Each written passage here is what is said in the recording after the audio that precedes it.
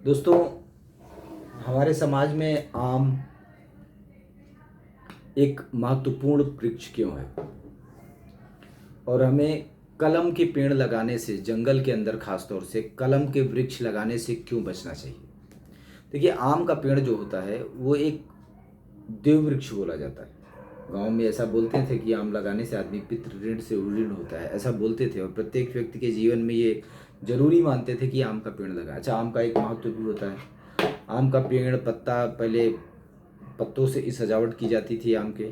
आम में लकड़ी अपने आप होती है, अपने आप टेरी होती है। जितने डालियों में आम लगता है वो सारी टहनियाँ अपने आप लकड़ी बन जाती हैं। आम की लकड़ी से ही हवन किया जाता था। अच्छा, आज के दौर में ये साग साग साग, पता नहीं, इतना साग का पेड़ भी नहीं है। पहले इतने पेड़ थे तो लकड़ी नहीं थी। आज बिना पेड़ के लकड़ी कैसी है? हर लकड़ी को साग ही बोलते हैं। अजीब सा लगता है। वो मजबूती भी नहीं है। उससे ज़्यादा मजबूत तो सब गांव के पुराने फर्नीचर हैं जो आम की लकड़ी से बने हुए हैं।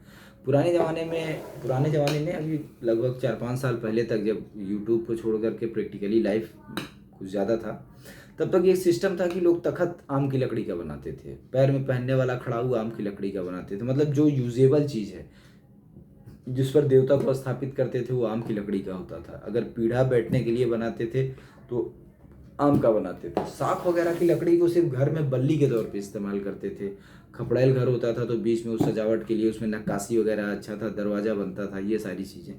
पर आजकल एक अजीब सी बात देखने को आई है कि कलम के वृक्ष लग रहे हैं।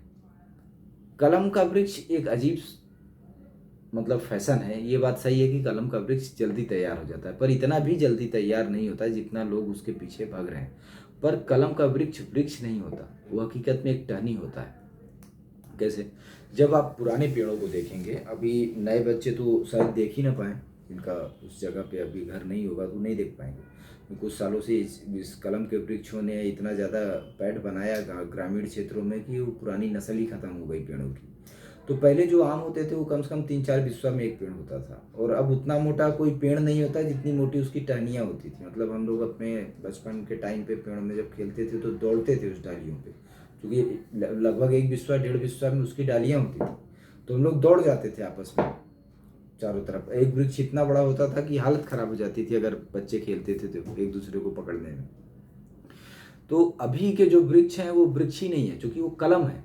कलम का वृक्ष होता क्या है कि जैसे अब हम किसी बड़े पेड़ का कलम काटते हैं तो उस पेड़ के अंदर जो भावनाएं होती हैं, वृक्ष भी एक जीवन की तरह है, तो उसके अंदर जो फीलिंग्स होती हैं वो युवा अवस्था की होती हैं। तो जब हम उस टहनी में जड़ उगा देते हैं, टहनी को काट देते हैं, तो उस टहनी के अंदर जो भावना होती है वो युवा होने की होती है। मतलब वो अपने आप को मेच्योर महसूस करता है। उसी मेच्योरिटी के कारण वो जल्दी से फल देने लगता है, क्योंकि वो फल देने की कंडीशन में ही होता है। बस सिर्फ वो इतना बढ़ जाए कि वो फल का लोड सह सके तो ऑटोमेटिक उसमें फल आ जाता है। बस यही एक कारण है जिसके कारण कलम के वृक्ष ज़्यादा तेज फल देते हैं।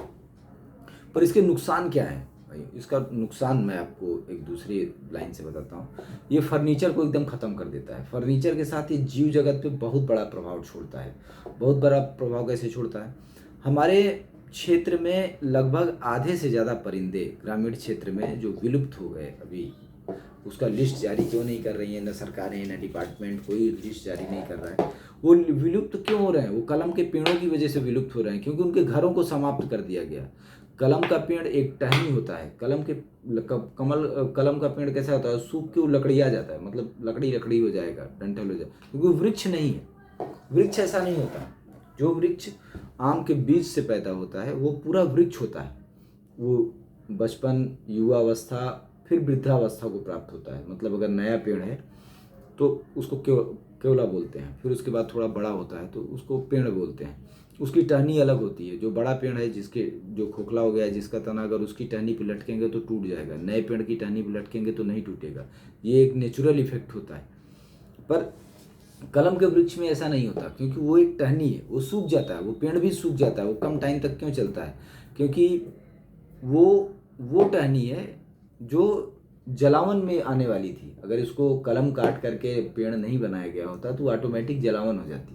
1 साल के अंदर वो पेड़ पे ऑटोमेटिक सूख जाती, क्योंकि पेड़ आगे की तरफ बढ़ता है। इन पेड़ों की खास बात ये होती है कि पेड़ आगे की तरफ बढ़ता रहता है। टहनियाँ मोटी मोटी बीच में निकलती हैं, बहुत सारी टहनी निकलेंगी, उसमें फल लगेंगे। अब फल तोड़े जाने के बाद वो अपने आप सूख जाएंगे, सूख करके वो टहनियाँ लकड़ी में कन्वर्ट हो जाती हैं। उसमें जो डालियाँ निकलती हैं, जो स्पेशली कुछ डालियाँ निकलती हैं, सिर्फ वही डालियाँ रहती हैं, बाकी के नहीं रहते। वो देखने में लगेगा बहुत सारा है, पर वो 1 साल के अंदर पेड़ खुद ही उनको समाप्त कर देता है। अब उसको आजकल एक नए फैशन में कलम के रूप में डेवलप कर दिया जा रहा है। अब वो कलम क्या, मतलब हर आदमी को एक प्रॉफिट बता दिया गया, उस प्रॉफिट के गेम में हर आदमी वही पेड़ ला रहा है, जब मार्केट को सूट कर रहा है, क्योंकि उसका पैसा एक कुछ फिक्स लोगों के हाथ में जा रहा है। अच्छा, उसमें फल जल्दी लग जा रहे हैं, फल 3 साल से पहले उसमें भी नहीं लगता, 5 साल में नॉर्मली पेड़ में फल आम के लग जाता है। पर वो सबसे बड़ा इफेक्ट ये है कि जो परिंदे घोंसला बना के रहते हैं ना, तो वो उनको आश्रय दे पाता है, क्योंकि वो इतना छोटा होता है कि उसमें उतने परिंदे रह नहीं सकते। उसकी हाइट और वो सब भी इतना ज़्यादा विशाल नहीं हो पाती कि वो कंफर्टेबली अपने आप को सेफ महसूस करें। जो परिंदे खोत के अंदर रहते हैं, खोत मतलब जब पेड़ बढ़ता है तो उसकी एक उम्र हो जाती है, जैसे आम का पेड़ है, वो कम से कम 2 पीढ़ी तक चलता है। तो जब वो कम से कम 30 साल, मिनिमम 30-40 साल का जब हो जाता है, तो वो पक जाता है, उसकी लकड़ी पक जाती है। तो अगर पकने के बाद आप उसको काटते नहीं हैं या पकना स्टार्ट करता है, तो सबसे पहले टहनियाँ खोखली होने लगती हैं, तो उसमें खोखला हो जाता है। मतलब बाहर से देखने में वो पेड़ रहेगा, पर अंदर से पकने के बाद वो लकड़ी झरना चालू हो जाती है, तो उसमें खोखलापन आ जाता है। उसी के अंदर परिंदे रहते हैं और बच्चा देते हैं। कुछ नस्लें ऐसी हैं जो उसी में रहती हैं, उसी में बच्चा देती हैं। अगर वो स्थिति नहीं होगी तो वो बच्चा ही नहीं देंगे, वो अपने आप समाप्त हो जाएंगे, उस क्षेत्र से ही वो नस्ल समाप्त हो जाएगी। अभी कुछ दिनों से देखा गया है, कुछ लोग बताते हैं प्रवासी पक्षी नहीं, अरे कहाँ से आएंगे जब सारे पीपल के वृक्ष, बरगद के वृक्ष जिस पे वो बैठते हैं, प्रवासी पक्षी जितने आते हैं वो मैक्सिमम वो लोग पीपल पे बैठना पसंद करते हैं, सेफ महसूस करते हैं ज़्यादातर। मैक्सिमम पेड़ भी बनाएंगे पीपल पे, उनको खाने को भी मिल जाता है, और पीपल में ऑक्सीजन अच्छा रहता है या जो भी बात हो, पर वो मैक्सिमम वो पीपल और बरगद पे ही ज़्यादा बैठते हैं। कुछ परिंदे होते हैं जो बांस के पेड़ों पे बैठते हैं, क्योंकि बांस पे सर्प नहीं चढ़ पाता है, नेचुरली जो देसी बांस होता है उसके ऊपर सर्प नहीं चढ़ पाता, उस पर बारीक बारीक रेसे टाइप के होते हैं, तो बांस पे सर्प कभी नहीं चढ़ता है, इसलिए परिंदे अपने आप को सेफ महसूस करते हैं। तो कुछ परिंदों की ऐसी नस्ल है जो बांस पे ही रहती है। अब जब हम इन चीज़ों को ख़त्म कर देंगे, एक सनक लोगों के अंदर आ गया है कि लाठी वाला बांस लगाओ, अरे क्या करोगे लाठी का, लाठी चलाना है क्या? जीवन में कुछ चीज़ें ज़रूरी हैं, उनको रखना पड़ता है, उनको आप इस तरीके से डिफाइन नहीं कर सकते कि हम ये करेंगे, हम वो करेंगे तो ये नस्ल लाएंगे, वो नस्ल। अरे वो बहुत चीज़ों को प्रभावित करता है। एक वृक्ष नहीं होता, वो अपने आप में एक संपूर्ण जीवन होता है। वो फल देता है, लकड़ी देता है, पत्ते देता है, छाँव देता है, उसके साथ वो बहुत सारे जीवन उसी पे पलते हैं। उस वृक्ष के नेचर के हिसाब से ही अगल बगल की प्रकृति और जीव जंतु हैं। वो वृक्ष खत्म हो जाएगा तो जीव जंतु भी खत्म हो जाएंगे, वो प्रकृति भी खत्म हो जाएगी।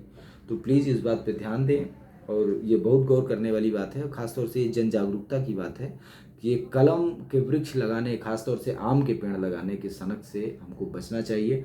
वन विभाग को तो ज़रूर ही बचना चाहिए, क्योंकि वन विभाग में ये बहुत ज़्यादा ज़रूरी है कि वृक्ष बड़े हों। आम का वृक्ष बहुत बड़ा होता है, अगर एक बार लगा दिए 2-3 पीढ़ी चलता है। उसके नीचे आके जानवर बसेरा रखता है।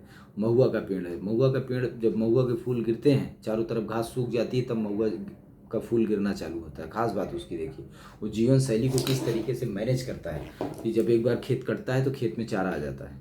एक नेचुरल, जो लोग गांव देहात के हैं जानते हैं, जानवर चारा चरते हैं, फिर उसके बाद उनको खाने को क्या चाहिए, तो महुआ और गोदा गिरने लगता है। तो एक महुआ का पेड़ कम से कम 3 पीढ़ियों तक चलता है। मतलब अगर जो महुआ मेरी इस एज में जैसा दिखेगा, मेरे पोते का लड़का आएगा तो भी वो वैसा ही दिखेगा। ये उसका लाइफ होता है। उस एक पेड़ में इतना महुआ गिरता है कि कम से कम 30 जानवर पेट भर खाएंगे तो भी उसको खा नहीं पाएंगे मिनिमम। रसदार होता है, पावरफुल होता है। उसका दौर गुजर जाता है, जामुन का दौर आ जाता है, तब तक महुआ का ही कोइया पक जाता है। फल होता है, फल में कोइया होता है, कोइया पक जाता है, उसको जानवर खाते हैं, आदमी भी खाते हैं। तो इस तरीके से एक जैविक सिस्टम है। अमरूद है, आंवला है, इस तरीके चीकू है, इस तरीके के जो फल हैं, फूल हैं, इस तरीके के वृक्षों से हमारे जंगलों को आच्छादित किया जाए, अगल बगल की प्रकृति को आच्छादित किया जाए। ये कमर्शियल सनक में घूमना सही बात नहीं है। ये जिस जगह के लिए है कि हाँ कहीं कोई नहीं जाता, पब्लिक सेक्टर से दूर है, खोड़ खवाड़ है, लगा दिए अपना पड़े हैं, 30 साल में, 20 साल में, 50 साल में हो ही जाएंगे। वो ज़मीनें जहाँ खाली पड़ी हुई हैं, जहाँ कोई काम नहीं है, डाँड़ मेड़ पे लगा दिए, किनारे नदी के किनारे लगा दिए, इन सब जगहों पे लगा दिए हो गए। और आप इसका चाहेंगे कि आप वानिकी कर लें, तो ये आसान है क्या? ये आसान वाली बात नहीं, ये प्रॉफिटेबल भी नहीं है और इसके वानिकी में कुछ मिलना जुलना भी नहीं। अगर कुछ ऐसा है कि ज़मीन कब्जा कर लेंगे, अगल बगल वाले जोत लेंगे। अब आजकल तो ऐसा है कि ज़मीनें तो गवर्नमेंट की हैं, पर गवर्नमेंट उनकी रक्षा करने में इतनी सक्षम है कि ज़मीनें गवर्नमेंट की, मुकदमा पब्लिक लड़ती है। पब्लिक के पास तो लीज ही है, ज़मीन मैनेज करने में गवर्नमेंट फेल हो जा रही है, डिपार्टमेंट फेल हो जा रहे हैं, अब मुकदमा पब्लिक लड़ रही है। अजीब सा है, क्या ये हो रहा है? अब मुआवजा क्यों नहीं मांग रहे हैं लोग? ये अजीब बात है कि जब भाई मुकदमा चल रहा है और लीज पे आपने हमको दिया है तो आप मुआवजा भरिए। जो हमारा नुकसान हो रहा है वो मुआवजा कौन भरेगा? जब तक मुआवजा वाली बात नहीं आएगी तब तक ये सिस्टम ऐसे ही चलता रहेगा। जिस दिन मुआवजा देना पड़ा उस दिन अपने आप सब कुछ जा करके वो नाप वाप के एकदम टाइम से दे देंगे।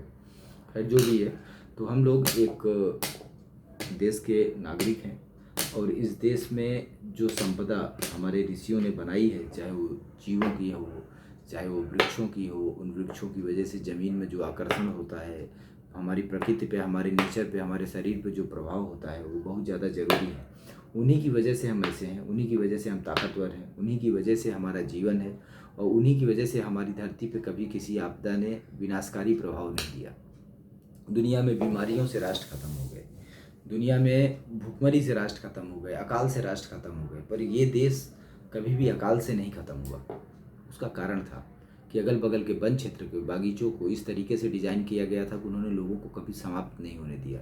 जानवर भी हमारे ऐसे हैं कि उनको इस तरीके से ऐसी ऐसी नस्लें हैं कि चाहे सूखा आ जाए, बंजर आ जाए, फिर भी वो दूध देते हैं, कभी कुछ समाप्त नहीं हुआ। समाज भी ऐसा है कि वो अगर एक साथ रहे तो अगर सारी व्यवस्थाएं खत्म हो जाएं पूरे विश्व के अंदर, अगर सबसे ताकतवर समाज किसी को बोलेंगे तो सनातन धर्म वालों का। सनातन परंपरा का सोसाइटी बहुत ही ताकतवर है, बहुत बोले तो बहुत ज़्यादा ताकतवर। बाकी राष्ट्रों में क्या है कि अगर एक समाज कहीं चला गया तो उसको दूसरे समाज को ढूंढने के लिए कहीं जाना पड़ेगा। मतलब समाज जैसा तो कुछ है ही नहीं, क्योंकि अलग ही सिस्टम था। अब अरस्तू वगैरह की परिभाषा ही अलग थी। यूरोप में शादी वादी तो एकदम ही पूरा बैन था, वो अपने हिसाब से लोगों को बैरक में रखते थे, भैया पैदा करो। बाकी कुछ कंट्रीज ऐसी थी कि जो योद्धा युद्ध करके आते थे, विजेता होते थे, उन्हीं के लिए पूरा सिस्टम होता था और कुछ कपड़े कुछ बिना कपड़े, अपना जो भी था उनका सेलिब्रेशन चलता था और उसी से देश आबादी बढ़ाता था। तो अब क्या बोल सकते हैं, अब उनके साथ तो अपने को तुलना भी नहीं करना और उस लाइन में जाना भी नहीं, क्योंकि अब वो 5000 साल पहले बंदर थे और हम करोड़ों वर्ष पुरानी सभ्यता है, तो अपने को बंदर की कैटेगरी में क्यों जाना। तो सबसे बड़ी बात यह है कि हमको इस चीज़ से बचने की ज़रूरत है, इसलिए कि हम अपने आने वाली पीढ़ी को स्वस्थ भविष्य दे सकें, एक स्वस्थ जीवन दे सकें। इसी के साथ, इस उम्मीद के साथ कि आप लोग इस बात को समझेंगे और अपनाएंगे, मैं अपनी बात ख़त्म करता हूँ। जय हिंद, जय भारत।